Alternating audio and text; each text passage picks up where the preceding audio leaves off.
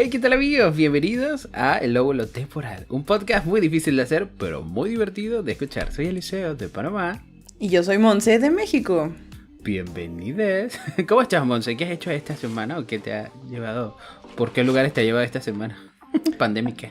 Ha sido una semana pandémica productiva. Ok, eso está interesante. muy bueno. ¿Y la tuya qué tal? Pero estuvo diver. Fresca, ya siento las brisas dicembrinas tocando Panamá. Espero no se convierta en un huracán, pero sí, se volvió el clima super cool. Y sí, fue una semana bastante productiva y llena de sorpresas. Pero hoy estrenamos una sección muy interesante a la cual hemos titulado El Consolador. Buena vibra. Buena vibra. Porque aquí es donde se van a acumular todas esas noticias como super cool que nos llenan de buena vibra. Nos ponen felices, donde puedes aprender algo, datos curiosos o cosas que no sabías. A lo mejor no aprendas, pero digas, escuché algo curioso en ese podcast. Y por eso decidimos llamarle El Consolador Buena Vibra. Y algo que creo que podría volarle la peluquita a nuestro escuchas. Recientemente se ha descubierto que los espermatozoides nos habían engañado. Siempre las personas dicen, ¡ay, los espermatozoides nadan! ¡Ten cuidado! Nadan y te fecundan. Bueno, dependiendo de dónde estén nadando.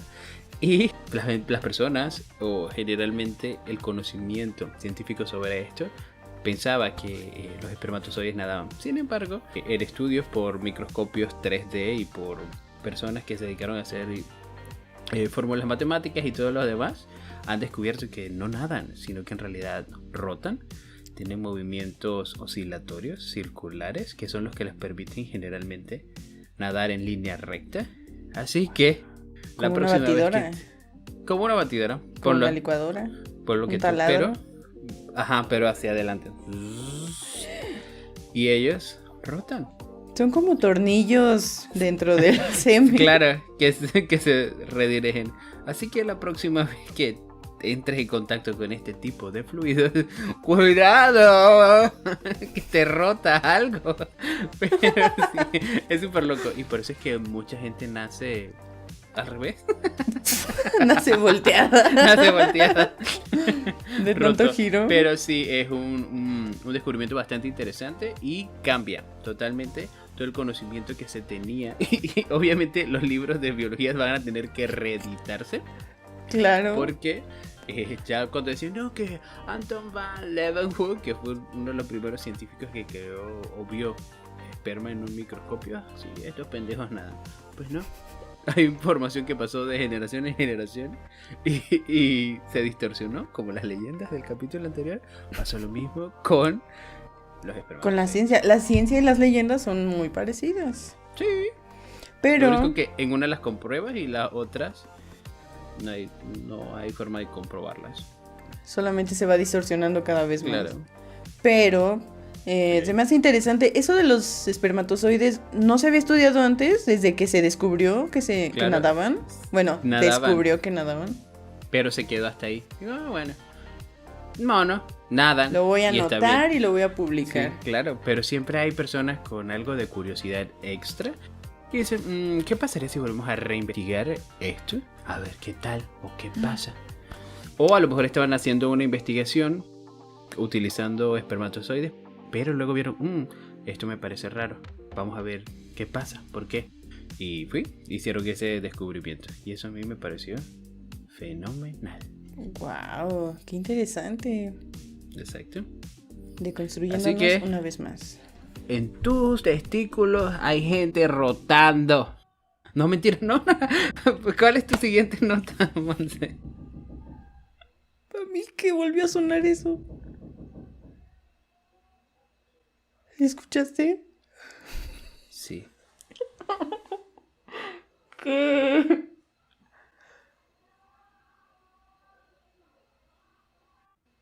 Oh, por Dios, amigos. ¿Algo pasó y sonó en la pared de Monse? Yo lo escuché. No sé qué se dice. Suena como un rito. Un grito ahogado. Y quedé porque... Qué de miedo. nervios. Ay, no mames. Esto va a ser como los videos de TikTok. ¡Ay! Vi un monstruo en TikTok. Ay, no. Oigan, sí tengo miedo.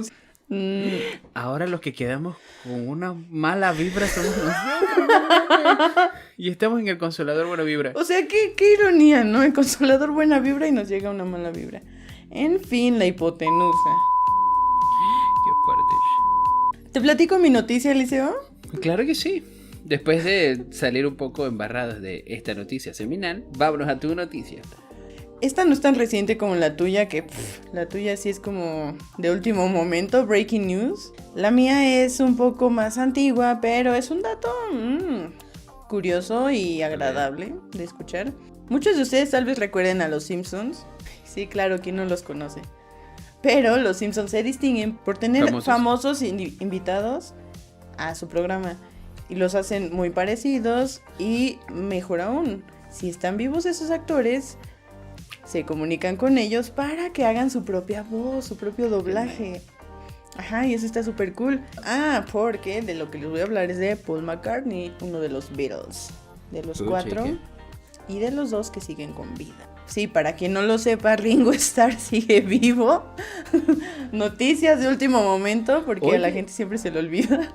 Lo que hicieron con Paul McCartney fue decirle, oye Paul, queremos tenerte aquí en el episodio, ¿qué tal si tú haces la voz de tu personaje? Y pues dejamos algo padre para la posteridad. Entonces, Paul McCartney dijo, of course, le gustó la idea, pero tenía un pero. Dijo, yo voy a hacer esto a cambio de algo.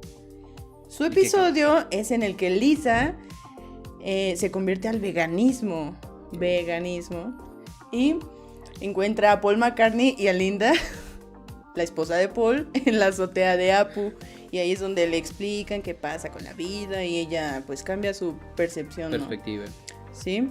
Entonces Paul dijo, me gusta mucho esto y lo que quiero a cambio de hacer la voz es, quiero que Lisa permanezca vegana por siempre.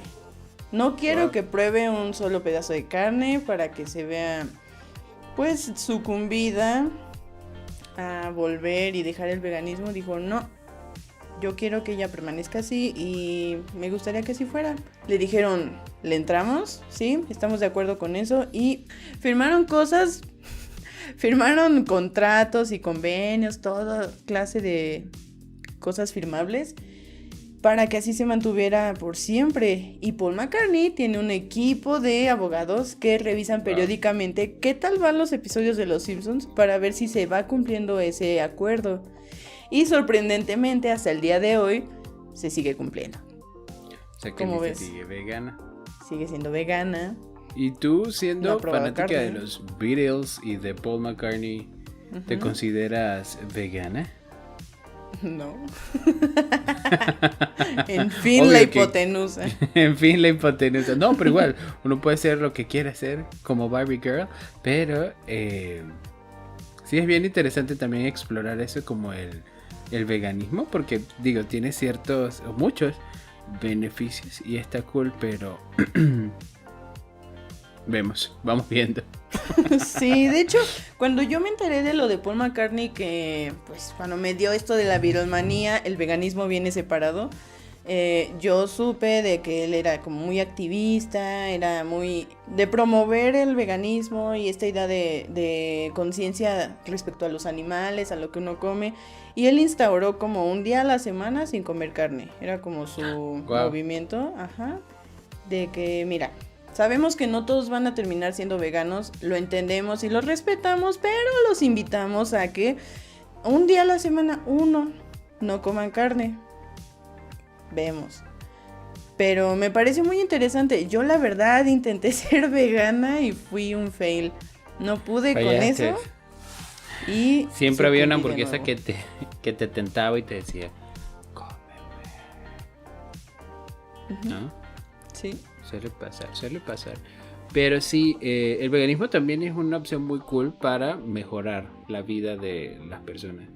Y me llama muchísimo la atención, y desde que lo descubres y lees sobre el maltrato animal, y que no solamente es renunciar a los alimentos, producto de los animales, sino a todo lo que lo rodea, desde la crueldad que rodea a la producción de estos alimentos o vestidos o productos en general. Eso me parece fabuloso, es una ideología muy, muy bonita que cambia vidas.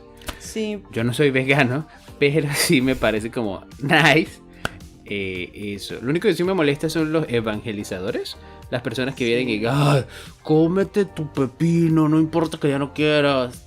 Cómetelo porque tienes que ser vegano y tienes que ver por los vegetales en este mundo.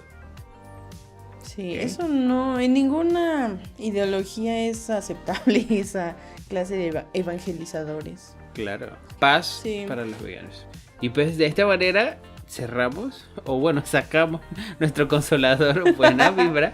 Y, de su lóbulo temporal. De su lóbulo... esto parece un capítulo de Leyendas Legendarias. Y lo metió el consolador por el cerebelo y luego entró y lo giró 13 grados y quedó en el lóbulo. Como los espermatozoides. Y empezaron a rotar. Pero sí. Y esperemos que la próxima semana también tengamos buenas noticias, así súper interesantes. Y se ríen, aprendan y digan, mira, cool. No sabía. No sabía. O también, ay, qué pendejos. Pero bueno, casos y cosas que van ocurriendo a lo largo de esta vida. Pero si tienen alguna noticia o algo que quieran compartir, que les dé buena vibra, buena ondita, compártanlo con nosotros. En comentarios o nuestro Instagram, lobulo.temporal.podcast. Y aprovechando que ya están buscándonos en Instagram, pues suscríbanse al video, denle like, compártanlo. Que tu bonita campanita. Que campanita arriba. Que campanita arriba. Pero sí, todas esas cosas que hacen en las redes sociales y que sirven para difundirnos, que todavía no termino de entender, pero que son necesarias para este mundo. Sí. Por favor, háganlas. Y pues nada, y una vez que ya hemos salido o sacado nuestro consolador Buena Vibra, podemos hablar del tema que nos corresponde hoy en el capítulo número 4. Es un tema que es bastante controversial, que es necesario y creo que todos lo hemos sufrido de una u otra manera. Nos hemos ido apropiando de cosas que no son nuestras. Por eso decidimos que el capítulo 4, ¿por qué no? Podríamos hablar del tema titulado Apropiación cultural. Y pues sí, decidimos hablar de la apropiación cultural porque se me vino una idea a la mente. Hace pocos días, o semanas creo, fue Thanksgiving. Y aquí muchas personas en Panamá, ay, chica, Thanksgiving, que el pavo, ay, tenemos que hacer círculos de oración en mano y dar las gracias. Y yo, puta madre, o sea, somos personas clase mediana en su mayoría, aspiracionales. Y me vas a decir a mí que el Thanksgiving es parte de tu cultura. Eso se llama apropiación cultural. Pero lo hacen igual que en Estados Unidos. Bueno, igual que en Estados Unidos. Siento que hay una tropicalización. ¿En tu país no hay algo como que dé pie a eso? No, obvio que no. Somos colonizados por españoles y ni siquiera, o sea, es una celebración que fue copiada y adaptada al país. Evidentemente está tropicalizado.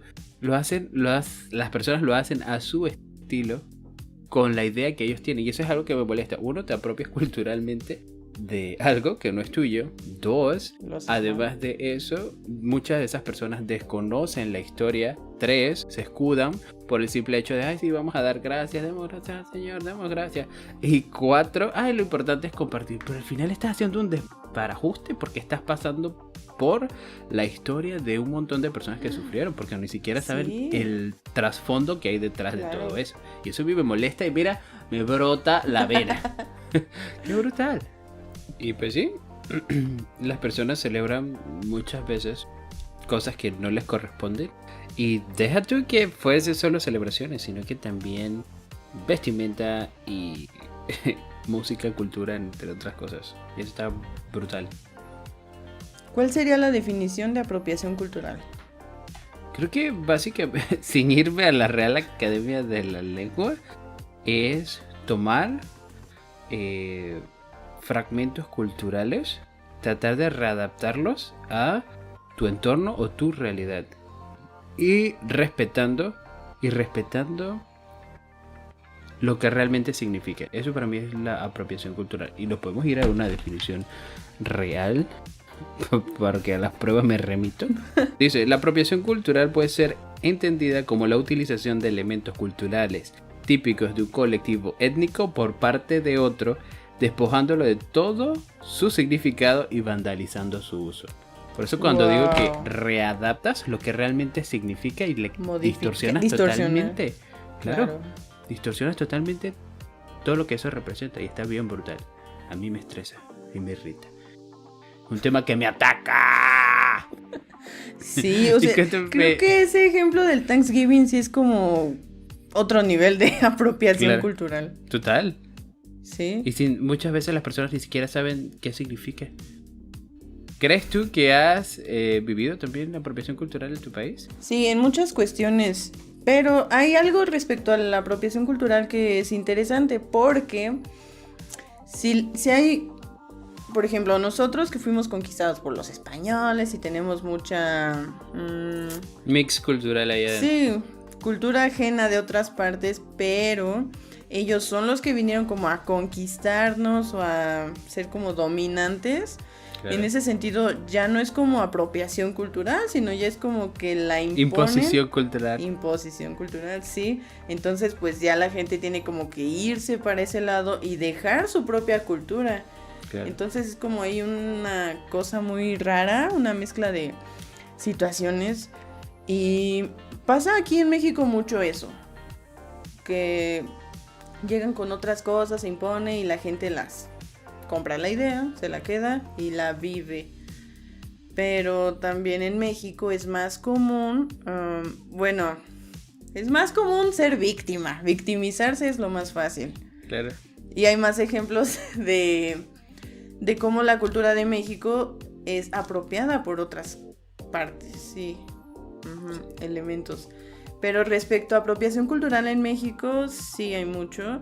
Pero no me llega a la mente una tan explícita y tan clara y tan así como la del Thanksgiving. Quizás un poquito lo del Halloween, porque la tradición en México es muy diferente al Halloween.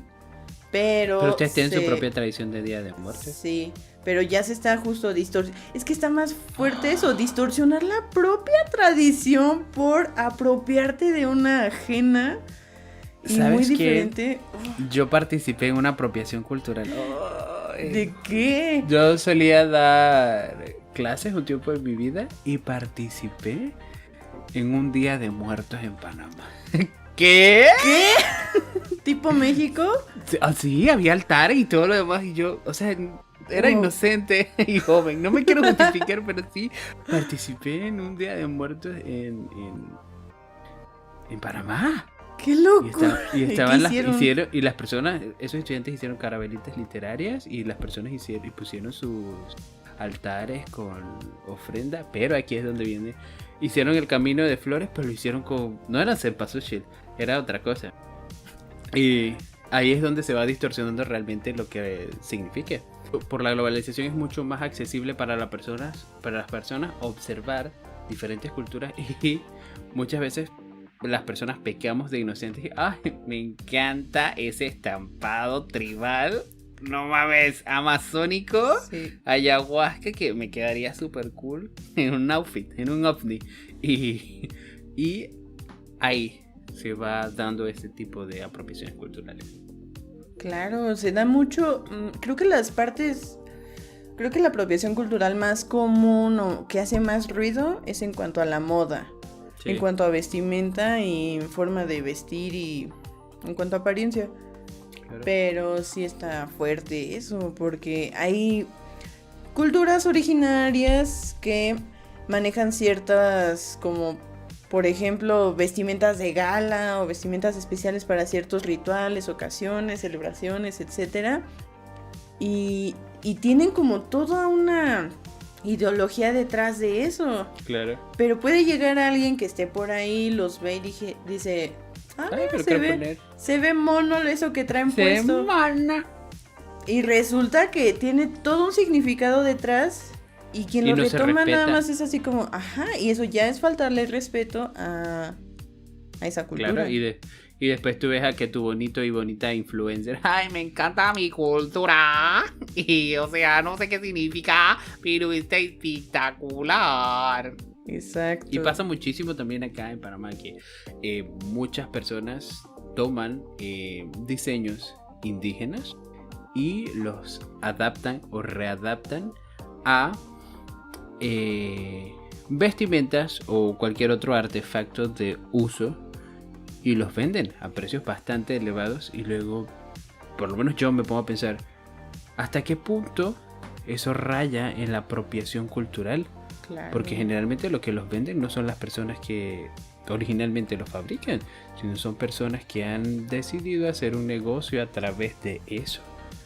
Ahora, ¿y sabrán eso esas personas a quienes se lo claro, quitaron? eso también está interesante. ¿Sabrán eso las personas que realmente lo fabrican, que lo utilizan de esa manera? O muchas veces creo yo que la necesidad puede hacer que las personas vendan parte de su cultura. Porque ¿También? digamos que tú fabricas. Sí. Y eso es también un tema interesante para analizar. Sí. De hecho, hay una expresión que es como para lo contrario de apropiación cultural, que, por ejemplo, en esta situación que pusimos, si la persona del pueblo, la persona que tiene los diseños o el pueblo como tal, esa comunidad, está de acuerdo en dar a conocer su vestimenta, de que se ponga en alguna vitrina, en alguna pasarela o algo, y están conscientes de ello y hacen como un trato con las personas de que sí, nos gustaría que esto se diera a conocer para que conozcan de nuestra población, de nuestros orígenes y que lleve un mensaje detrás y se hace como consensuado, ya cambia y no sería apropiación cultural, sería apreciación cultural. Chica, tú toda una erudita. Y está cool. Pero ahí cambian las cosas porque hay como un acuerdo entre ambas partes. Uh-huh. No es que yo lo quito y luego lo expongo. Exacto, y creo que sería en un mundo ideal lo que debería pasar. Claro. ¿Y nunca te has sentido tentada por apropiarte culturalmente de algo? Uy, no lo sé, Rick. Pues realmente no. Yo sí lo sé, Rick. Creo que cuando era joven e inocente, rompiendo la tercera pared. Tercera, la cuarta. La tercera ya estaba rota. Sí, ya la tercera está rota. Mira, aquí está una pared. Yo era fanático del festival de Coachella. Y yo, chica. Por eso te digo, la globalización y el internet sí, te vende muchas cosas. Y si no lo investigas y no tienes el criterio suficiente, pecas.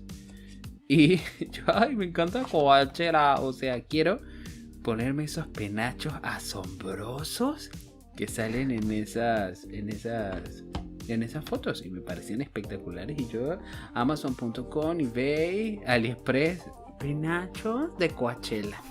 Mira. de Coachella. Por eso, bajo la ignorancia de esa premisa de, no, esos son los penachos de Coachella. Pero luego ya tú creces y te dejas la pendejeja a un lado y te vas dando cuenta que esos penachos se llaman penachos de Coachella. Uno, no iba a llegar a Coachella en ese entonces porque mira, recesión económica. Dos, esos penachos de pluma o de Coachella, como tú los llamaban, representan el sentir y el orgullo de una población indígena estadounidense y que sea utilizado de una manera deliberada es una falta de respeto horrible. Y yo me sentí mal conmigo. Yo que quería esos penachos de Coachella. Y ahora cuando vas a ver y cada penacho tiene un significado y plumas del por qué y cómo. Y está bien brutal porque hay también un montón de personas que sí, no me importa. O en su ignorancia pecan, pero eso no te exime de culpa. Y ahí está cabrón. ¿Y tú qué ejemplo tienes de que quise apropiarme? O si te apropiaste culturalmente de algo. Porque también puede pasar y pasar los años y tú te das cuenta.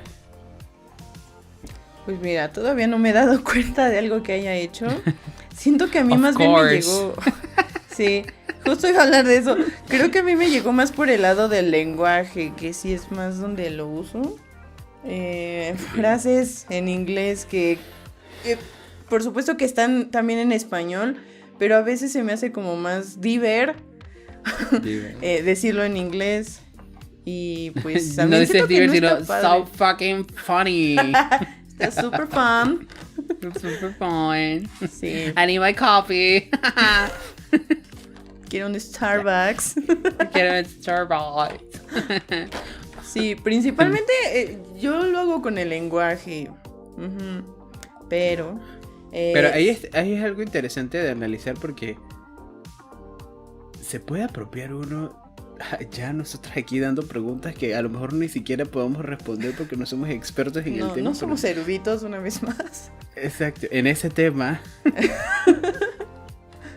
Pero ¿se puede el idioma considerar como apropiación cultural cuando lo necesitas para desarrollarte en un mundo globalizado?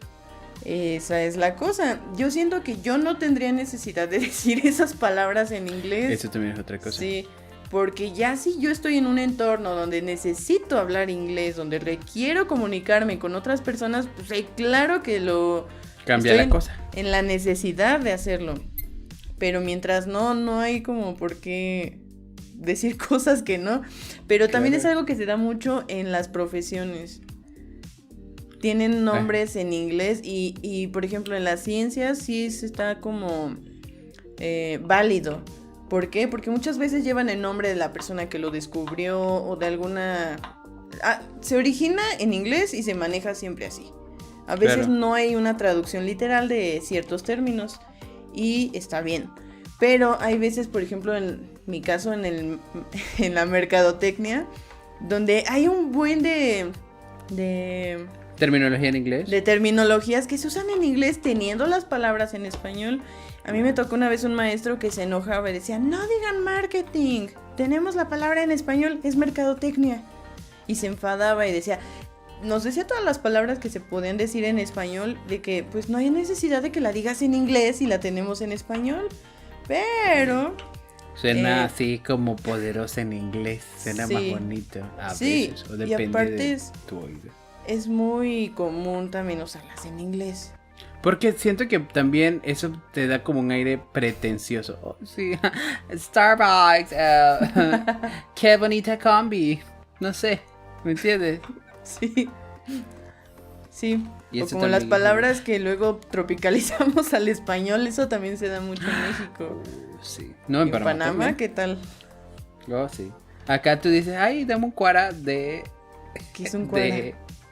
Un cuara es a quarter of dollar. Un cuarto de dólar, 25 centavos. Y se tropicalizó a cuara.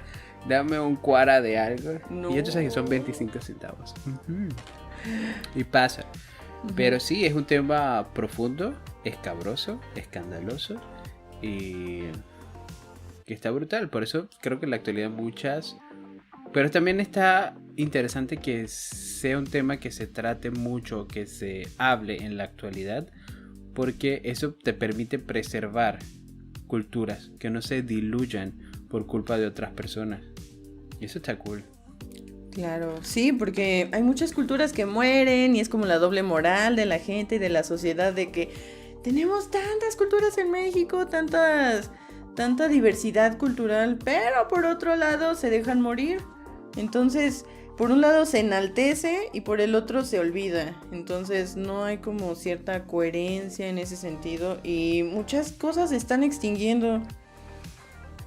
Y entre ellos, animales, fauna marina. En el 2050 no tendremos peces. Por la contraria, ya yo haciendo mi disclaimer, mi anuncio. En fin, la hipotenusa. Ay no, ya. Pero sí, hay que cuidar también nuestro ambiente. Ya yo. Ay, pero ¿sabes cuál es la apropiación cultural del 2020? El COVID. Claro. El COVID. Los claro, chinos, porque eso mira. es made in China. Pero eso también se llama capitalismo. Made in China, de nuevo. Hecha en China. Y mira, todos todos lo consumimos y probablemente todos lo tendremos. ¡Wow! Oye, lo he hecho en China, pensé que el coronavirus. Claro. Después de la pólvora y el opio, el COVID, creo que ha sido de lo más... Es la globalización en persona, iba a decir, en materia. Sí, qué fuerte. Pero bueno, casos y cosas que suceden. Y pues sí, me pareció súper interesante tratar este tema. Ya nos pusimos un poquito más serios en el lóbulo temporal. Y está divertido.